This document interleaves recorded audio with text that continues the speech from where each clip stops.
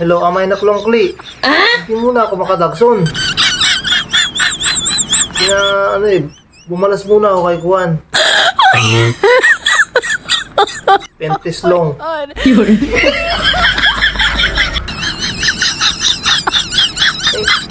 Pasensya na muna, kay Kuan. Wala dito, Isoli ko na lang yung kwarta mo. Minabali ko kagabi.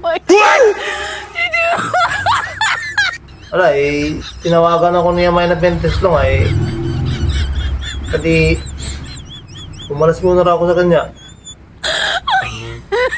Nagunglo lang kasi kami nung nakadaman, kaya, ganoon. Hindi ako nakabalas sa kanya nung nakadaman, kaya ngayon pala niya ako papalasan. Sorry ko na lang sa yung binali ko kagabi. Okay lang, kalahati lang muna yung sorry ko. Nagastos ko kasi Yun. Magaling ang kupal ka.